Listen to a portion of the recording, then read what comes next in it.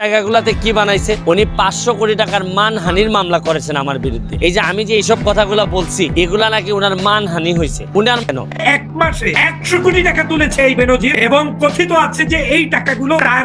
High high, বেনজির সাহেব barrister সুমনের সাথে এটা কি করলো, যেটা দেখার জন্য আমরা মোটেও প্রস্তুত ছিলাম না। কোনো মতেই বুঝতে পারতেছি না বেনজির সাহেব ব্যারিস্টার সুমনকে নিয়ে এমন একটি কাজ করবে। তো বন্ধুরা, আজকের ভিডিওটা খুবই গুরুত্বপূর্ণ একটি ভিডিও, দয়া করে আজকের ভিডিওটি কেউ টেনে দেবেন না। তো বন্ধুরা, চলুন আজকের ভিডিওতে দেখানো হবে এই বেনজির সাহেব ব্যারিস্টার সুমনের কি ক্ষতি করছে, সেটাও আজকের ভিডিওতে তুলে ধরা হবে। আর চলুন দেখে আসি ব্যারিস্টার সুমন এই বেনজিরকে নিয়ে কি মন্তব্য করলেন এবং বাংলাদেশ থেকে কি কি দুর্নীতি করছে এবং কত টাকা মেরে নিয়ে গেছে বেনজির সাহেব, সবকিছু দেখবো আজকের এই ভিডিওর মাধ্যমে। বলে না যে পাপের ঘর যখন পূর্ণ হয় তখন যে কোনো জায়গায় আজরাইলের জন্ম হয়। আপনি মনে করেন যে ওনার জন্য এখন দুদক বা অন্যান্য যারা আমার মনে হইতেছে, আমার মন বলছে যে ওনার পাপের ঘর পূর্ণ হয়েছে, ওনার আর জবাব দেওয়ার জায়গা নাই। হি ইজ কট। আল্লাহ মাহবুদ জানে অন্য জায়গাগুলোতে কি বানাইছে। উনি 500 কোটি টাকার মানহানির মামলা করেছেন আমার বিরুদ্ধে। এই যে আমি যে এইসব কথাগুলো বলছি, এগুলা নাকি ওনার মানহানি হয়েছে। উনার মানহানি যদি মনে হয় তো উনি মামলা করতেই পারেন। এখনো মামলাটা ফর্মুলেটি হয় নাই। আমি তো এখনো বলছি যে আমি যা বলছি এগুলো আমি স্ট্যান্ড করতেছি, আমার জাস্টিফিকেশন আছে। আমি কিন্তু বিষয়টা হচ্ছে কি, যে কোনো দুর্নীতি হইলেই কিন্তু দৌড়ে যায় না। আমার কাছে মনে হয় যে পাপের মাত্রা যখন অনেক বেশি বেড়ে যায়, তখন আমার কাছে মনে হয় উনি যেই হন, যে দলেরই হন, এক মাসে 100 কোটি টাকা তুলেছে এই বেনজির, এবং কথিত আছে যে এই টাকাগুলো তার তুলে নেওয়ার মধ্য দিয়ে সরকার তাকে এক ধরনের, এই যে একটু আগে আমি বললাম না যে এগুলো সব নাটক। তো বাংলাদেশের সরকারের যদি, যার বিরুদ্ধে দুর্নীতির অভিযোগ চলছে, যার বিরুদ্ধে আপনি তদন্ত করছেন, যাকে নিয়ে এত মিডিয়া মাতাচ্ছেন, যাকে নিয়ে ওবায়দুল কাদের একেবারে বড় বড় বক্তব্য দিচ্ছেন, এই চোর ডাকাতকে আপনি যদি এখন 100 কোটি টাকা তুলে নেওয়ার সুযোগ করে না দিতেন, তাহলে এই ভদ্রলোক কি এখান থেকে টাকা তুলতে পারতো? কালের কণ্ঠ যদি সত্যিকার অর্থে, যেহেতু তারাই এই বিষয়টাকে সামনে এনেছে, তাদের বিষয়গুলো যদি সত্যিকার অর্থেই সরকারের প্রভাব মুক্ত নিউজ হয়ে থাকে, তাহলে যতটুকু তারা আজকে লিখলো, আমি দেখলাম পত্রিকাতে, যে জনাব বেনজির আহমেদ কোথায় আছে এটা কেউ জানে। পালিয়েছে, এমনও হতে পারে সে। আমি একটা জায়গায় একটু কথা বলে, আপনার এইটার সদ্য মাত্র 1 ঘন্টার আগে নিউজ সমস্ত পত্রিকায় আসা শুরু করেছে। আপনাকে যদি বলি, ইন্ডিপেন্ডেন্ট নিউজ থেকে তাদের টেলিভিশনের এই মাত্র নিউজ হচ্ছে, যেই ব্যক্তিকে নিয়ে আওয়ামী লীগের এত মাতামাতি, যে সাবেক আইজিপি বেনজির আহমেদ। এই যে দেখেন, আপনাকে স্ক্রিনশট দেখাচ্ছি, ইন্ডিপেন্ডেন্টের দেখা যাচ্ছে কিনা দেখেন, স্ক্রিনশটটা ক্লিয়ার কিনা। জি, এখানে স্পষ্ট বলছে, সাবেক আইজিপি বেনজির 1 মাসেই ব্যাংক থেকে তুলেছেন 100 কোটি টাকা। সরকার যদি এই বেনজিরকে এখনো বেকআপ তলে তলে না দেয়, বাংলাদেশে যেখানে ব্যাংকের বুথে গিয়ে মানুষ টাকা পাচ্ছে না, ব্যাংকে চেক নিয়ে দাঁড়িয়ে থাকছে, ব্যাংকের বুথগুলো ক্লোজ করে দেওয়া হচ্ছে, red zone, yellow zone, green zone খোলা হচ্ছে। যে রেড জোনে কিছু পাবেন না, ইয়েলো জোনে ওয়েট করবেন, গ্রিন জোনে গেলে কিছু পেতে পারেন। সেই জোনের অবস্থায় 1 মাসে 100 কোটি টাকা তুলেছে এই বেনজির, এবং কথিত আছে যে এই টাকাগুলো তার তুলে নেওয়ার মধ্য দিয়ে সরকার তাকে এক ধরনের, এই যে একটু আগে আমি বললাম না যে এগুলো সব নাটক। এই বেনজিরকে দেখবেন যে 100 কোটি টাকা 1 মাস, 100 কোটি টাকা 1 মাসে তার এফডিআর। এই যে আপনাকে আর একটা বড় ভালো স্ক্রিনশট দেখাই, দেখেন 50টি এফডিআর ছিল, 50টি এফডিআর এ 100 কোটি টাকা। এই যে বেনজির আহমেদের 50টি এফডিআর এর, আমার ব্যক্তিগত তো নিউজ না, ইন্ডিপেন্ডেন্ট নিউজ, ইন্ডিপেন্ডেন্টে দেখেন 50টি এফডিআর ছিল 100 কোটি টাকা। আজকের 1 ঘন্টার আগের নিউজ, আপনি যদি ওভার চেক করতে চান প্লিজ ইউ মে চেক। সেখানে তারা বলেছে যে মাত্র 1 মাসে তিনি 100 কোটি টাকা তুলে নিয়েছেন এই এফডিআর গুলোর টাকা পয়সাগুলো।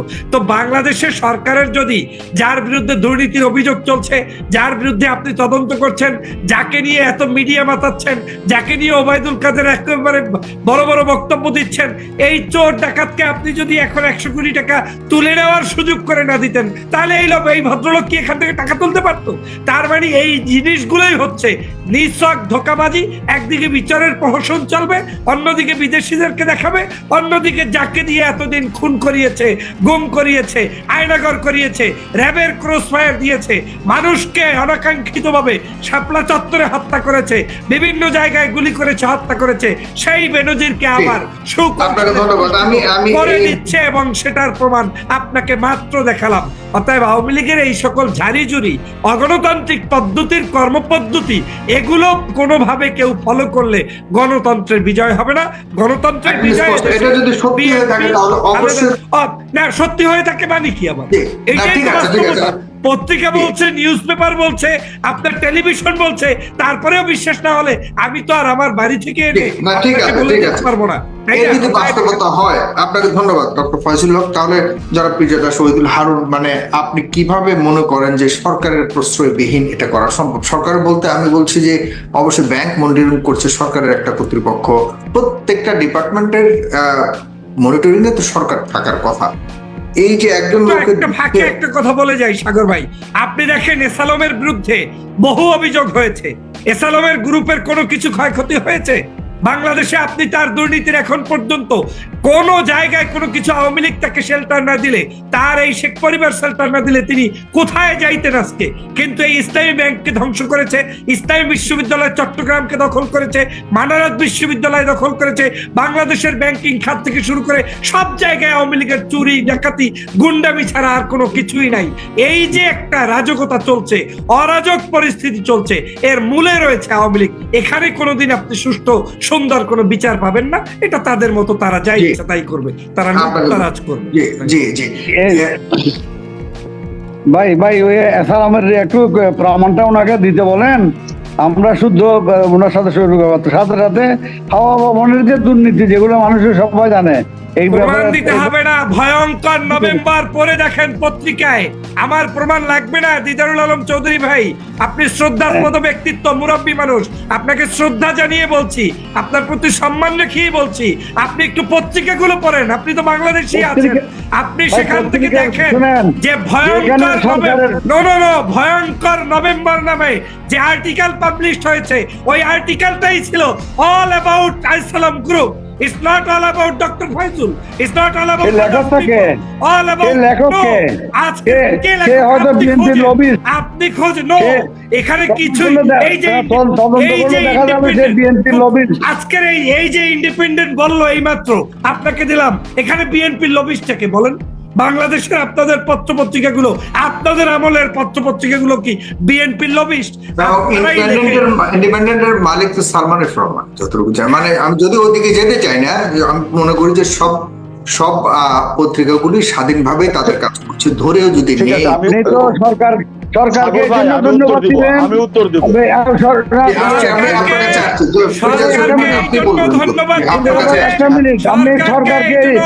সরকারকে এই জন্য ধন্যবাদ দিতে হবে দিদার ভাই, সরকারকে এই জন্য ধন্যবাদ দিতে হবে যে বাংলাদেশে যাদেরকে যুদ্ধাপরাধী বলছেন, দুর্নীতিবাজ বলছেন, খারাপ মানুষ বলছেন, সেই জামাত শিবিরের প্রতিষ্ঠিত ব্যাংক, বীমা, বিশ্ববিদ্যালয়গুলো দখল করার জন্য আওয়ামী লীগ বসে আছে।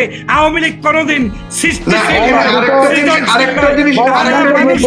টাকা পয়সা লোপাট করছে, তারা দালালি করছে, তারা মানুষের কাছ থেকে নিয়ে যাচ্ছে, তারা শেষ করে যাচ্ছে।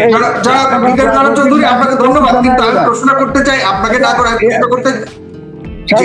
সাগর ভাই একটা মিনিট, আমি বলছি আপনি আজকে তাইলে যে মনে করেন যারা আওয়ামী লীগের জন্য এত ফেভারিট ছিল আইজি সাহেব, ওনার বিরুদ্ধে যে যেগুলো আসতেছে, আওয়ামী লীগ তো ইচ্ছা করলে সরকার যদি প্রেসার করতো তাহলে এগুলো ধামা চাপা দিতে পারতো। সরকার তো স্বাধীনভাবে লিখতেও দিচ্ছে, সরকার তো ইচ্ছে করেছে বিদায় তো 100 কোটি টাকা নিয়ে যাচ্ছে। এক মাসে 100 কোটি টাকা বাংলাদেশের কোন পাহলনা তুলতে পারবে? আপনার এই বেনজিরকে 100 কোটি টাকা তুলে দেওয়া হয়েছে। আমি তো সেটাই বলেছি দিদার ভাই, এটা হচ্ছে আমি যতটুকু জানি, আমি যতটুকু দেখলাম, আমি যতটুকু কালের কণ্ঠ চৌধুরী আরো ভয়ঙ্কর খবর হলো যদি কালের কণ্ঠ যদি সত্যিকার অর্থে, যেহেতু তারাই এই বিষয়টাকে সামনে এনেছে, তাদের বিষয়গুলি যদি সত্যিকার অর্থেই সরকারের প্রভাব মুক্ত নিউজ হয়ে থাকে, তাহলে যতটুকু তারা আজকে লিখলো, আমি দেখলাম পত্রিকাতে, যে জনাব বেনজির আহমেদ কোথায় আছে এটা কেউ জানে। পালিয়েছে, এমনও হতে পারে সে দুবাইতে অবস্থান করছে। তবে বাংলাদেশে আছে কিনা এই পত্রিকাতে তারা প্রশ্ন করেছে, বাংলাদেশে আছে কিনা তারা এখনো শোনেন, যারা যারা শত শত বাক্স ডলার নিয়ে দেশ থেকে পাঠানো হয়েছে, প্রহসন করবে সাগর ভাই।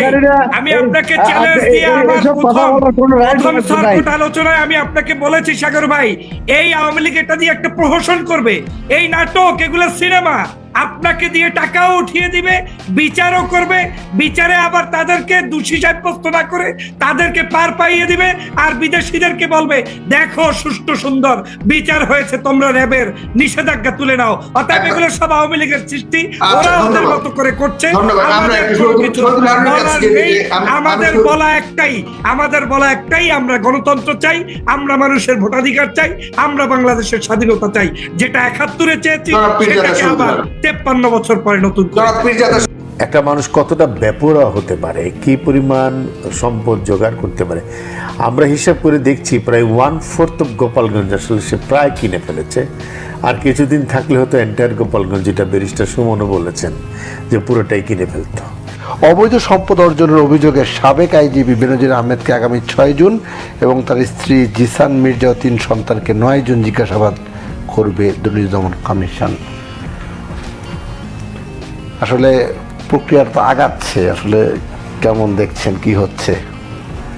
এটা খুবই একটা গুরুত্বপূর্ণ সংবাদ নিঃসন্দেহে, যে একটা মানুষ এক জীবনে এত সম্পদ করতে পারে এবং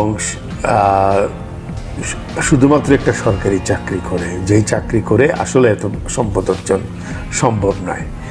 এখন একটা প্রশ্ন সামনে দাঁড়ায়, আজকে যে অভিযোগগুলো আমাদের সামনে উপস্থিত রয়েছে, তাহলে কি বলতে হবে আমাদের রাষ্ট্র ব্যবস্থাটাই একটা মানুষকে এমন সুযোগ করে দিল যে সে এরকম কিছু করতে পারে? পুরো রাষ্ট্র ব্যবস্থা নিয়েই তো প্রশ্ন উঠছে আজকে। এবং একটা মানুষ কতটা বেপরোয়া হতে পারে, কি পরিমাণ সম্পদ জোগাড় করতে পারে। আমরা হিসাব করে দেখছি প্রায় 1/4 অফ গোপালগঞ্জ আসলে সে প্রায় কিনে ফেলেছে। আর কিছুদিন থাকলে হয়তো এন্টায়ার গোপালগঞ্জ, যেটা ব্যারিস্টার সুমনও বলেছেন যে পুরোটাই কিনে ফেলতো। পুরো প্রক্রিয়াটার ভিতরে আসলে যেটা আছে সেটা হলো যে বাংলাদেশে যারা এই ধরনের পজিশনে থাকে তারা ক্ষমতা কাঠামোকে নিয়ন্ত্রণ করে, ফলে ক্ষমতা কাঠামোকে নিয়ন্ত্রণ করে এবং ক্ষমতা কেন্দ্র থেকে এদের প্রতি প্রশ্রয় থাকে নানা কিছু করার।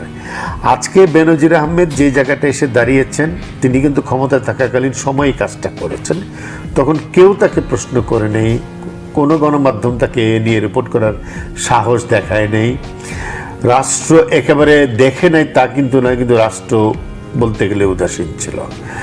এবং কোনো একটা কারণে একটি গণমাধ্যমে প্রকাশের পর একজন সংসদ সদস্য দুদকের নজরে আনার পরে এখন বিষয়টা যেটা আপনি বলছেন যে খুবই দ্রুততার সাথে সব কিছু হচ্ছে। কেন এরকম দ্রুততার সাথে হচ্ছে সেটার হয়তো অনেক কারণ পরবর্তীতে বেরোবে, অথবা রাষ্ট্র হয়তো এখন বা সরকার মনে করছে যে এই দায়িত্ব তার নয়, নেওয়ার কোনো প্রয়োজন নাই। কিন্তু ক্ষমতা কাঠামোকে ব্যবহার করে, ক্ষমতাকে ব্যবহার করে, অপব্যবহার করে কি পরিমাণ বেপরোয়া হওয়া যায় তার একটা চরম দৃষ্টান্ত রেখেছেন বলা চলে বেনজির আহমেদ। যদিও আমরা এখন পর্যন্ত বাংলাদেশের কোনো আদালতে এটি প্রমাণিত হয়নি যে তার দুর্নীতিটা, কিন্তু অভিযোগগুলো কিন্তু সাংঘাতিকভাবে বসে। সবচেয়ে বেশি যেটা প্রণিধানযোগ্য সেটা হলো তার সম্পদের পরিমাণ।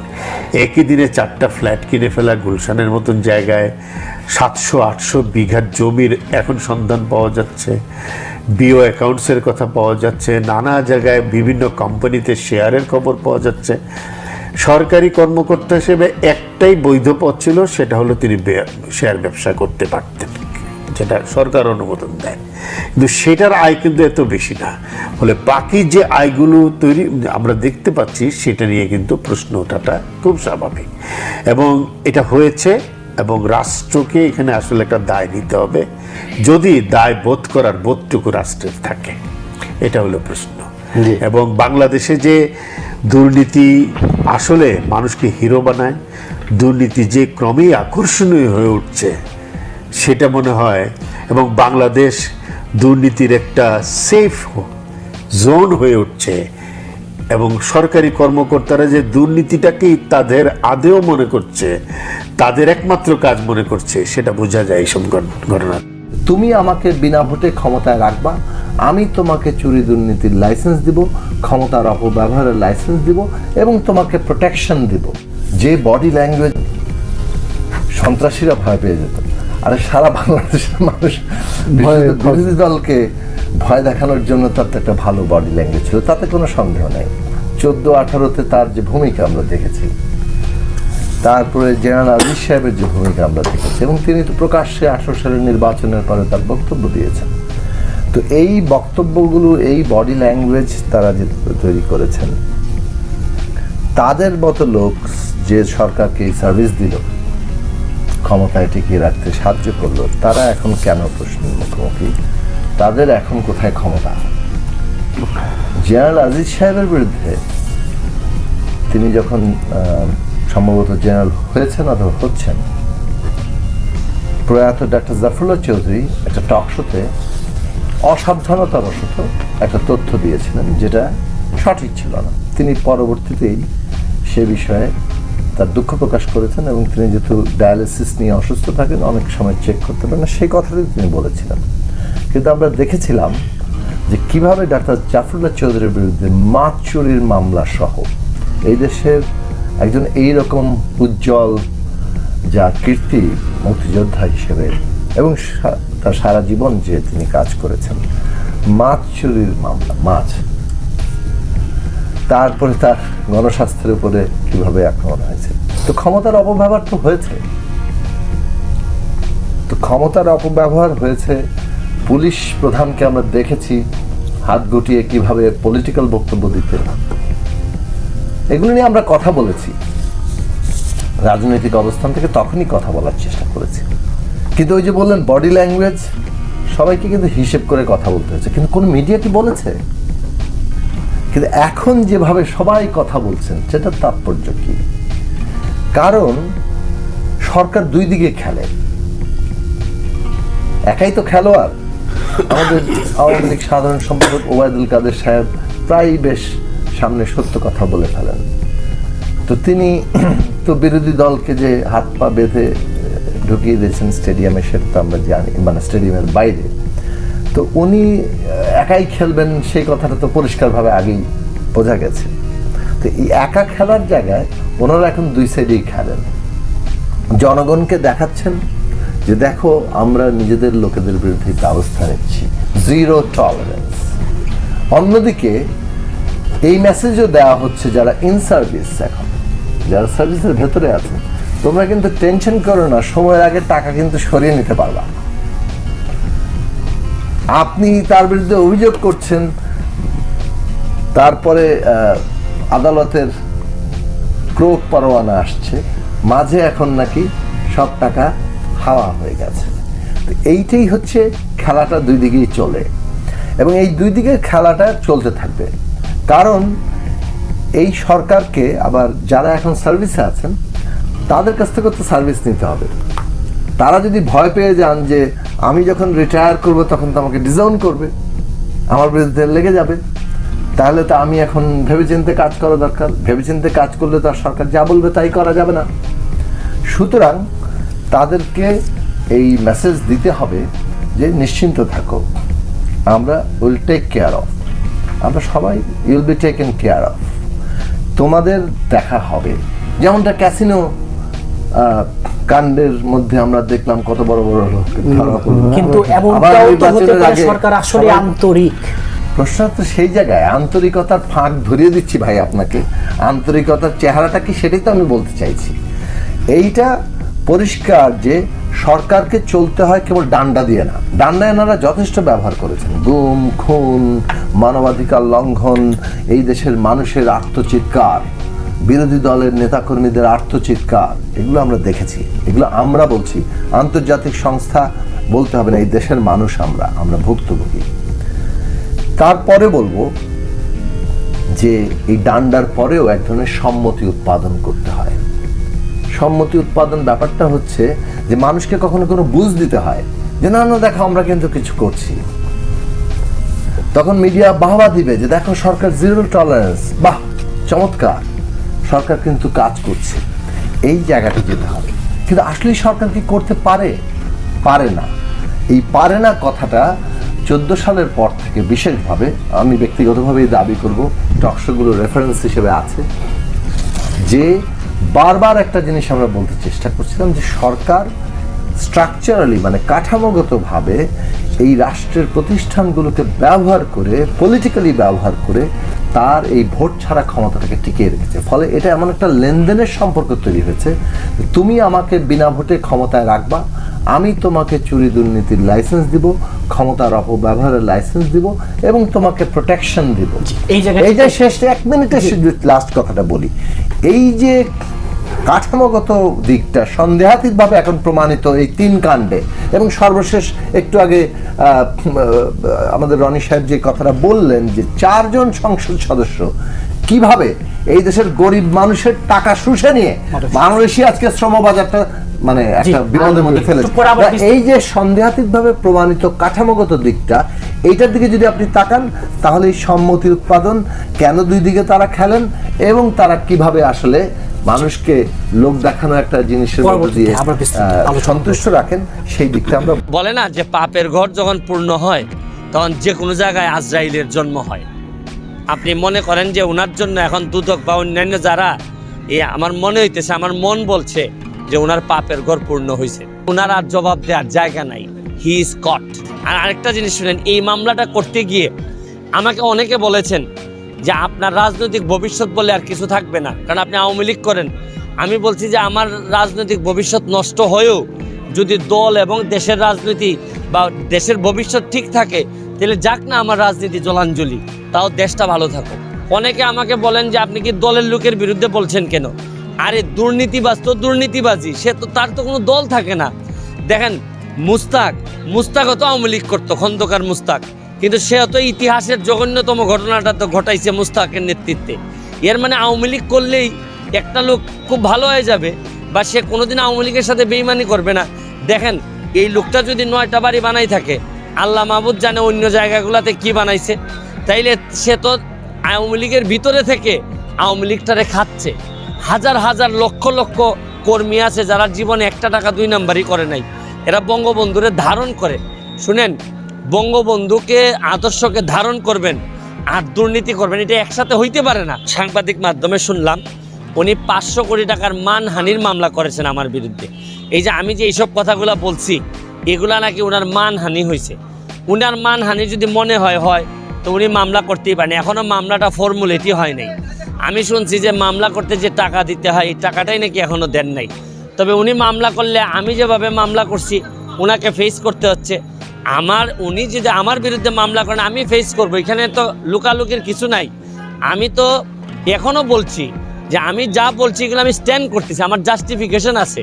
আমি তো আমার কথা বলি নাই, আমি বলছি যে যেটা প্রথম আলো বলছে, যেটা ডেইলি স্টার বলছে, যেটা ইন্টারন্যাশনাল অর্গানাইজেশন, যেটা ইনভেস্টিগেটিভ জার্নালিস্টদের যে অর্গানাইজেশন, তারা বলছে যে ভাই আমি কিন্তু বিষয়টা হচ্ছে গিয়ে যে কোনো দুর্নীতি হইলেই কিন্তু দৌড়ে যায় না।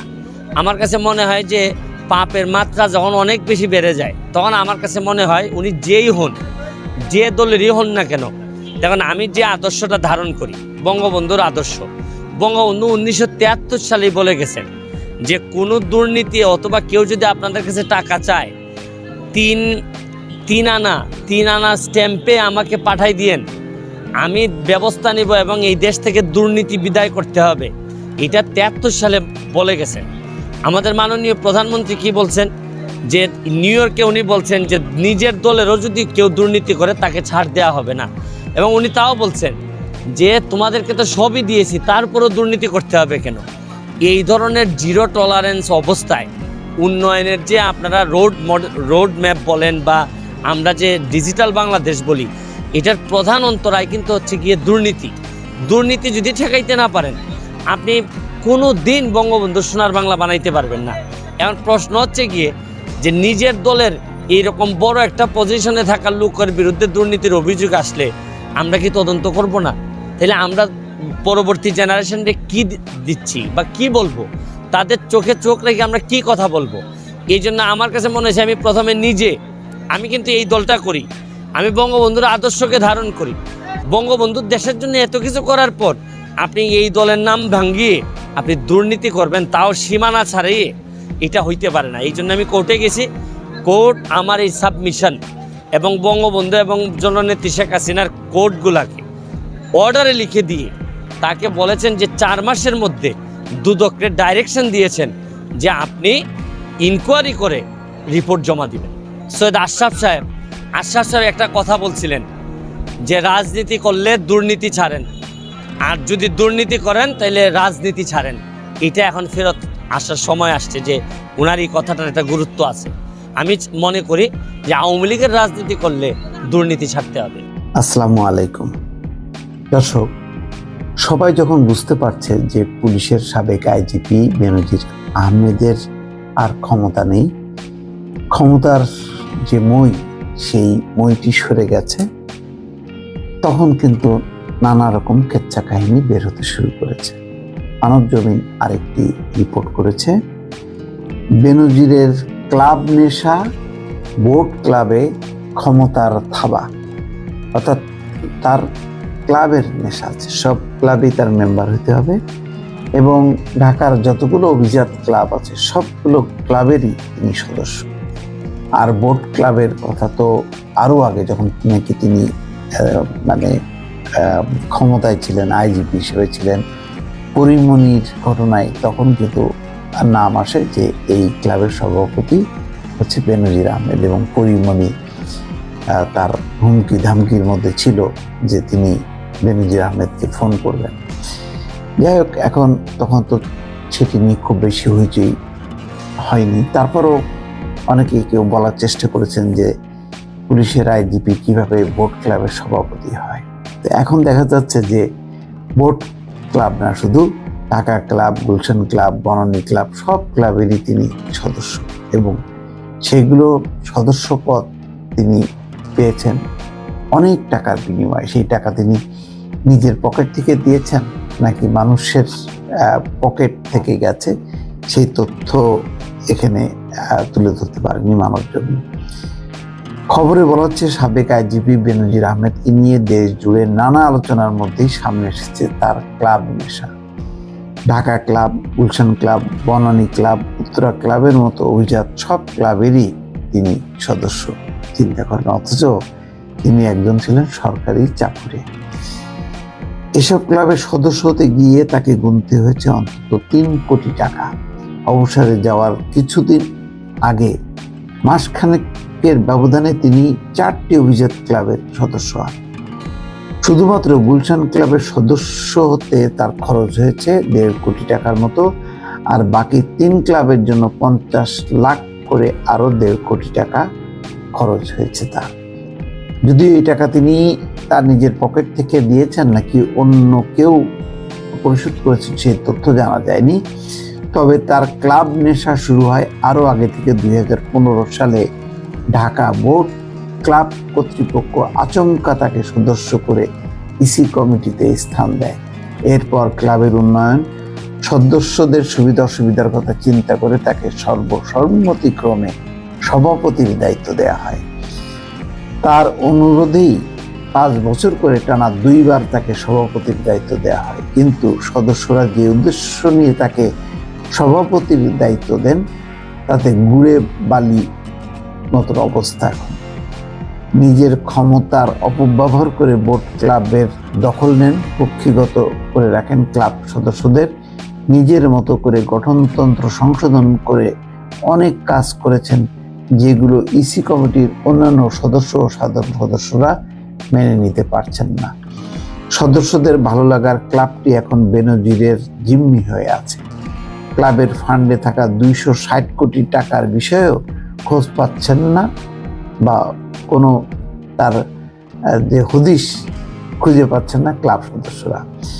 সাম্প্রতিক সময়ে বেনজির পরিবারের 621 বিঘা জমি ও 33টি ব্যাংক হিসাব জব্দের খবর চাউর হওয়ার পরেই সোচ্চার হয়েছেন সাভারের আশুলিয়ার বিরুলিয়ায় তুরাগ নদীর তীরে অবস্থিত বা নির্মিত ঢাকা বোট ক্লাবের কয়েক হাজার সদস্য।